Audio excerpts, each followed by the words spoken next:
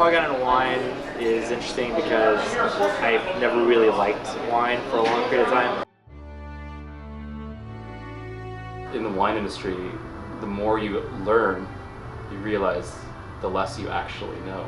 I really enjoy seeing the passion ignite in people, seeing my students just develop a deeper appreciation for wine and develop a passion for learning more and more and more. I like to say they become addicted to learning. Our highest goal as a sommelier is to facilitate the best guest experience. It requires a lot of thought and being very attuned to very small details, body language, and how a guest responds to dialogue is. The sommelier is one of the most sensitive people in the restaurant.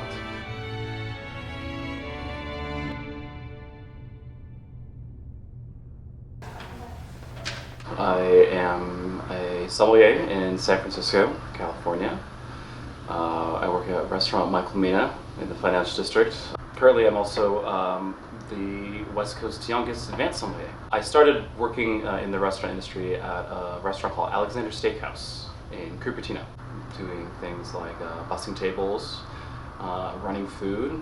I eventually became a server. I have a very fond memory of one of the first times that I was waiting tables.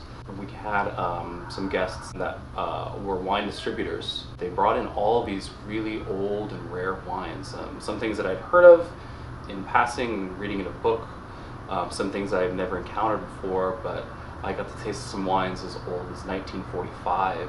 This is actual living history. These are grapes that were pressed, between some wars, and the people that made these wines may not be alive anymore, but this still lives on, and this is something that tells a story.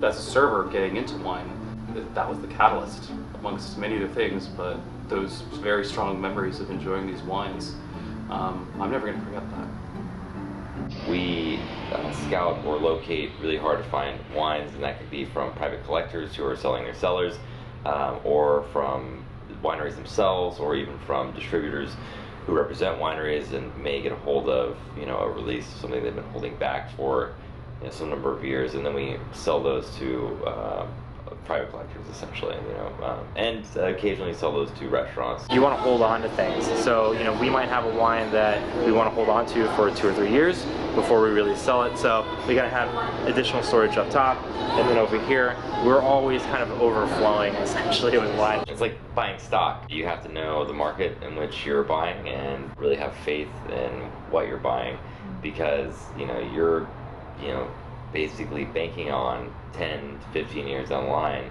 one, the wine is still going to be good, and two, that people are going to find it valuable. The reason why Bordeaux and Burgundy have really ballooned in price over the past 10 to 15 years is because there's a huge demand in China, especially Hong Kong, for these wines. We just got in the 2012 allocation of the Domaine Romanée Conti, which is the hardest to get Burgundy. Yeah, I had 8 bottles in one case, and that was like $30,000 worth of wine cost for us. So we would sell that somewhere in the realm of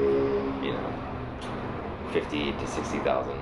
When I took the Quartermaster Sommelier's advanced sommelier examination and passed, I was, and as still am, the youngest on the West Coast. It's an exam that is, at least at that level, does require 3 years minimum working on the floor of a restaurant.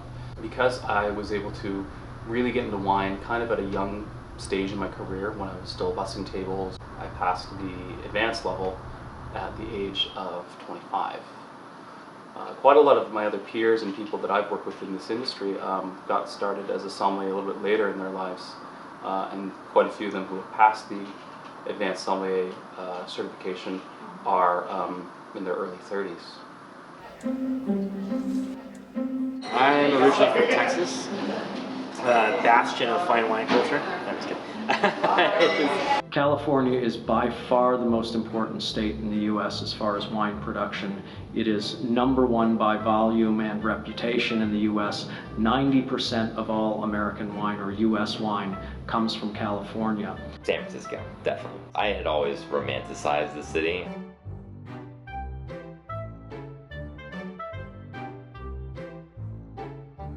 I knew a long time ago that if I wanted to become a restaurant professional and a better sommelier, that I would have to move to one of the world's greatest cities for food and wine and culture, and that would be San Francisco.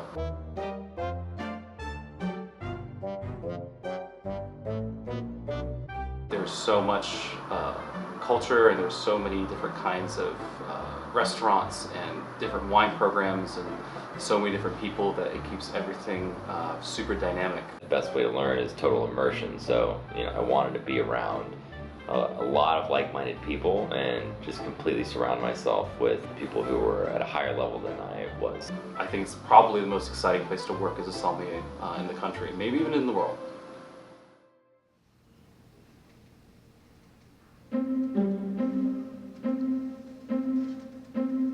The spirit of healthy competition between your peers is a really fun aspect, and they can really help propel your career if you score really well in these competitions, or if you win these competitions. There is an older culinary organization that started in France called the Chaîne des Rôtisseurs. It follows a similar format to the Top Somm competition, based off of theory, tasting, and service.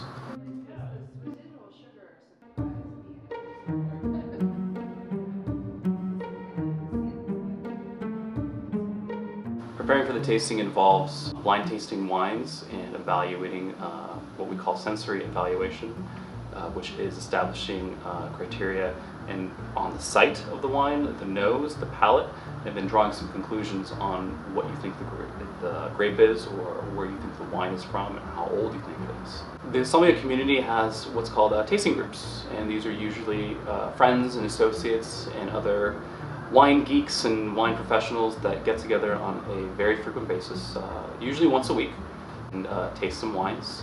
There is usually, though, at least a group of wines that we call permissible. So classic wines from classic regions, things that have very distinct characteristics that we can pick up on, and not eclectic selections from countries that are only making these wines for fun.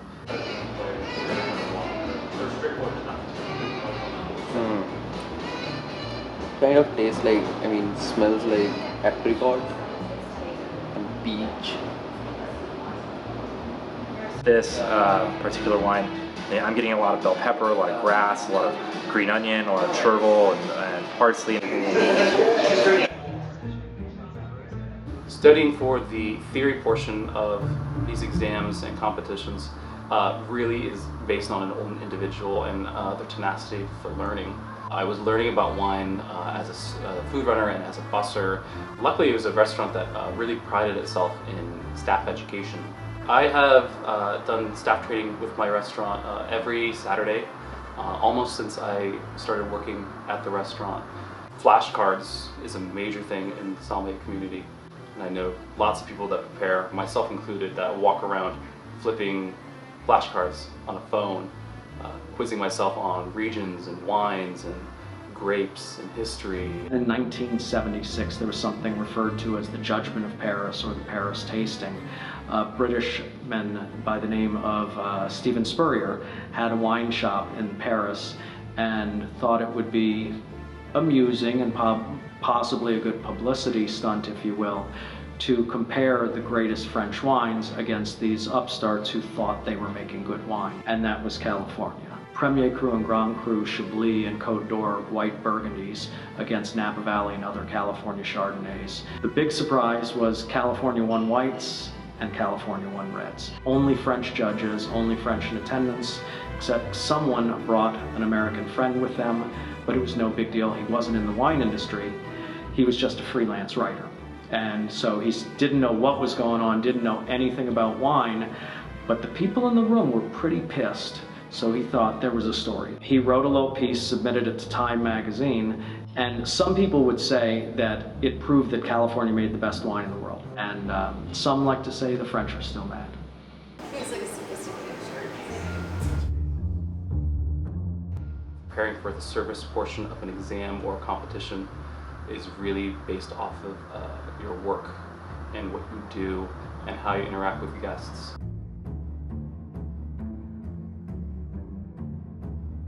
Quite honestly, it's really based off of your people skills. Just wrapped up, finished my service just recently. It's anyone's game. Feeling confident about a few things, feeling not so confident on a few other things. Proud of you. Hi, we made it. Good, I'm so I glad. don't know what we made it to, but I knew you would. Okay. All right, gentlemen. Great job getting here in the first place. Everyone else you beat out to get to the regionals with your highest theory scores being 3 highest theory scores. Without further ado, the winner of the region is Jackson Rorwell. And if I may, in Shane fashion, You need to have a medal if it's managed to do it this time. Excellent. Well done again. We'll get you So both much. here. Thank you. This is it. Appreciation for what you've done. Yes. Thank you for all you did. Very well done. So we just finished. We got the results. I did not win, but I am completely okay with that. Jackson is a really talented individual who's worked really hard. So I'm not surprised at all that he got first place. They did mention that the margin between first and second place was only 1.8%. Absolutely amazing experience, and I'm super grateful that I got the opportunity to do this.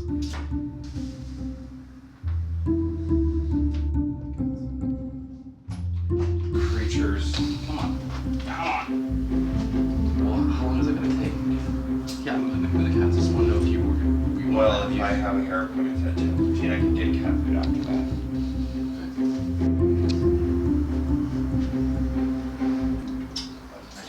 I'm moving into a new restaurant as their assistant general manager and wine director, so I'll be taking on a couple different roles. You can't say the name of the restaurant. Not right now, no. Yeah, it's still, there's still a little hush-hush about it. All cultures, one way or the other, consume alcohol in some form that is it's enjoyable, but it's a very important community binder. It brings people together. I want to start out my Ethiopia. That's Can take you to other times and places. It's a moment that you get to enjoy that takes you away from where you are just for a few hours.